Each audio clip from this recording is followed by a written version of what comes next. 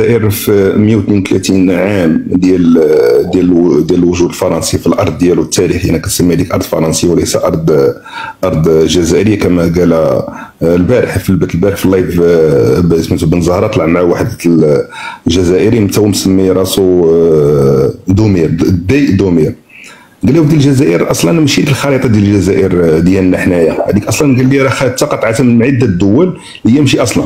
قال لي حنا كوكب، قال لي انتم، قال لي حنا كوكب على المغرب، احنا قاره على المغرب. قال لي حنا قاره على المغرب. قال لي واش عندكم المحيط اللي عند المغرب المحيط ديالو اكبر من البحر الابيض المتوسط ديالكم. المغرب حتى واحد المحيط كيمتد حتى القاره الامريكيه. فهمتي لا؟ دابا هو اللي خدنا الامتداد ديال العقليه الجزائريه عبر 132 سنه. نخليو حنا في عهد الدوله العثمانيه، في عهد فرنسا خدنا 132 سنه، راه جيل بعد جيل بعد جيل بعد جيل بعد جيل. يعني ناخذ واحد السيرك اللي هو طويل بزاف. يعني هذيك التربيه والاختلاط بين الاجناس بين فرنسا وبين الجزائري، راه هذاك النمو الديموغرافي ديالو فيه خلل. يعني العقليه ديالو راه غير ثابته.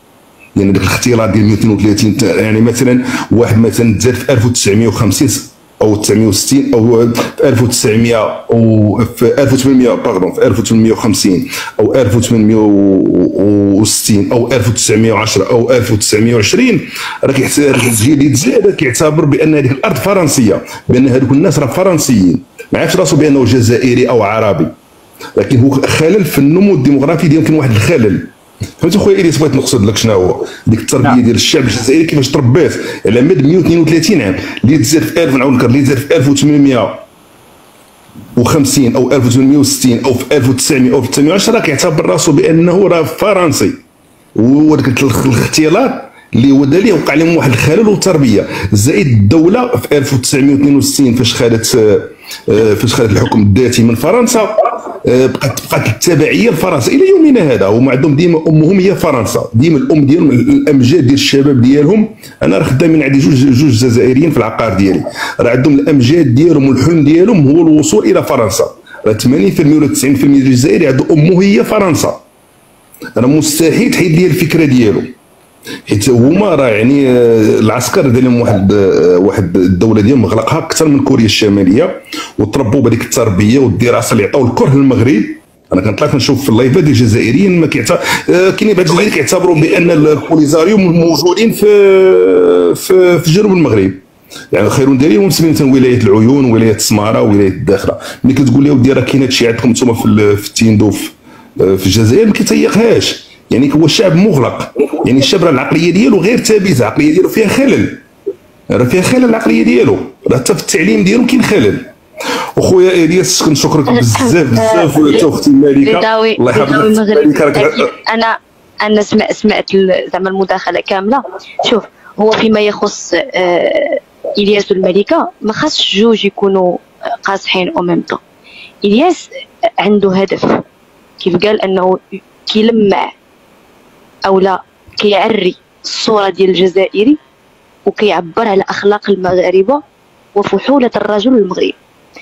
حيت كاين فرق ما بين رجل ومراه، مهما على شأن المراه الى انها كتخدم العاطفه، ولكن كيبقى هذاك اللي كيقيد وذاك اللي كيدي في الطريق هو الرجل المغربي. وهذا تعلمناه ملي كنا صغار حنا وتربينا عليه. فالرجل كيمشي بمبدا العقل والعقلانيه، والمراه كتمشي بمبدا العاطفه اكثر ما هو عقلاني. فهذا كتلقى بان الياس كيبين الصوره ديال الرجل والثبات والحكمه والدبلوماسيه المغربيه، وكيمشي بالاصل والتربيه والاخلاق. ولكن المراه بحكم ان كتمشي بالعاطفه فعادي انها الى غوت. انا ما عنديش مشكل نقول هذيك المقوله ديال ناقصه عقل ودين حتى في نفسي. لا ديك المقوله اللي متفق معك تبارك الله. اي زعما شوف لا انا والله فهمتها بيضاوي. زعما هي ما كتعنيش بهذاك المنطلق، ولكن زعما انا حتى اذا خديتها بهذاك المنطلق فهذا كيعطيني الحق انني نتصرف مبدا انني مراه، وغادي نعطيك علاش كتقلب. ولكن الرجل كيبقى في المقام ديال الكبرانيه بالنسبه للمملكه المغربيه. فاكيد الا ما كانش الياس بحال هكا ما عمري ما كنتي غتلقى اللايف بحال هكا. انا غتلقى اللايف. انا اختي ملكه عضو في جمعيه الدفاع عن حقوق المراه والطفل. في الدار البيضاء. والله العظيم ملي كنشوف مثلا شي يعني من هاد الناس اللي الجار السوء كيقول شي كلمه ملي كيطلع معك في لايف، والله العظيم هو كاين الحمد لله كيتدخل خويا الياس ملي كيقول واحد الكلمه اللي هي كنحس بها عليك انت كيبقى فيا الحال، وكان ديك الساعه ندخل انا الشاشه ويعني ونجاوبوا يعني يبقى في. ولكن بعد ذلك الياس كيتدخل يعني في الوقت المناسب وكي يعني كيوبخو وكيعطي واحد الدرس.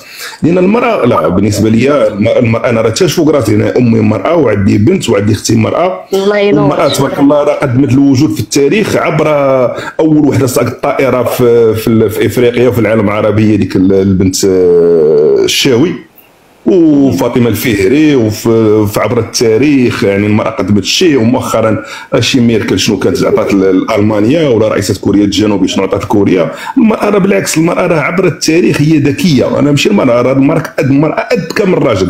المراه عندها الصبر. الله يكبر بك، شكرا. المراه عندها الصبر.